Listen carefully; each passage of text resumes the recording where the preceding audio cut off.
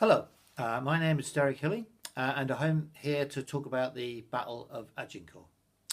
The battle took place exactly 600 years ago today, on the 25th of October 1415. The battle itself was fought between an English army led by Henry V and a French army led by nobody in particular. The Battle of Agincourt is a real iconic victory in the eyes of many English people, and I think it's been described, a bit tongue-in-cheek, as England's best ever away win. But probably a better analogy for the battle is that it's a real David versus Goliath affair. On the morning of the 25th of October 1415, there were approximately 6,000 English troops gathered on the muddy fields outside Agincourt, and they were facing an army of unsure numbers, but I think most people believe that there was at least 30,000 French against them.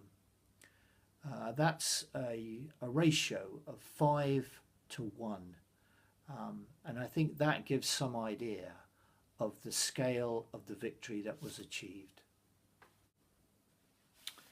Not only were the English greatly outnumbered by the French, but they were also tired, hungry, cold and wet. The English army had spent 2 weeks marching across northern France. They'd run out of food, and they spent the night before the battle out in the open, getting soaked by a real torrential thunderstorm. So how did they win? How did they win against such odds, you might well ask? And I think there's two reasons for that. Firstly, Henry V, the King of England, who led the troops to France and led them in the battle, was undoubtedly a charismatic leader.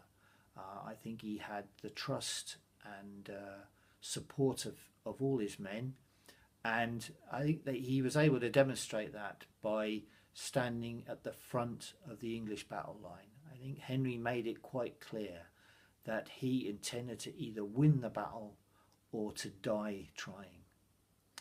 The second reason, and I think probably actually the more important one, is that the English army contained the special ingredient that the French did not have, and that is the archers. Probably about 2/3 to 3/4 of the English army was actually men with the longbow, or as it was called then, the warbow. The warbow takes a great deal of strength and skill to fire, but the English archers had been trained, usually from quite young men, to fire up to 15 arrows a minute. This, as you can imagine, when you've got 4,000 to 5,000 people firing that number of arrows, is a real reign of terror upon the opposition troops.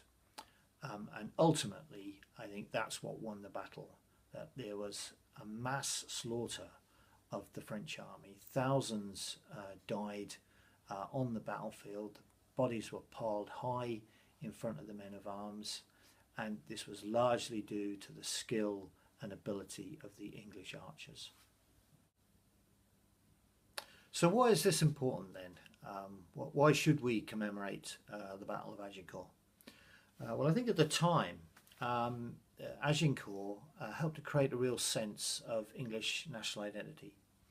Everybody in the English army was personally contracted to the king, and he paid everyone's wages. Henry V as well commanded that everybody in the army should wear the Cross of St. George on their chest and on their back.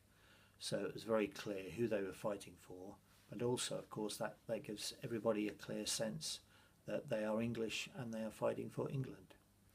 But actually the sense of identity and the sense of involvement went much further than just those that fought. Really, most of England was involved in preparations for the battle. Henry took with him approximately 2 million arrows. Now, they all had to be made before Henry left for France, and every arrow requires 6 goose feathers. So you get some idea of the amount of preparation that was involved prior to the campaign. So what is the relevance of Agincourt to today?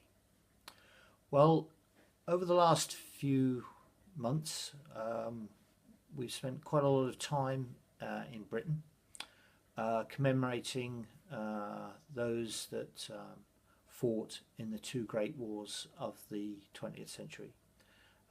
That is absolutely right, that we remember those that made this great sacrifice to protect our freedoms. But what we should also remember is that England is the oldest country in Europe.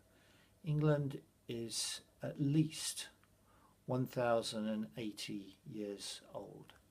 So we have a very long history, and who we are and what our nation is not just about the last 50 or 100 years.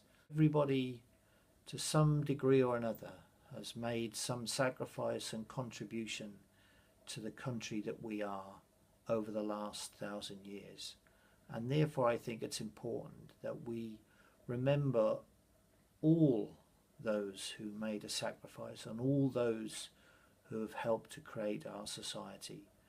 Let us take pride in our English history and not made to feel embarrassed for it. Just because we have been successful in battle is nothing to be ashamed of. We should have pride in English history, and that is what I have tried to give a sense of today with this short video about Agincourt. Thank you.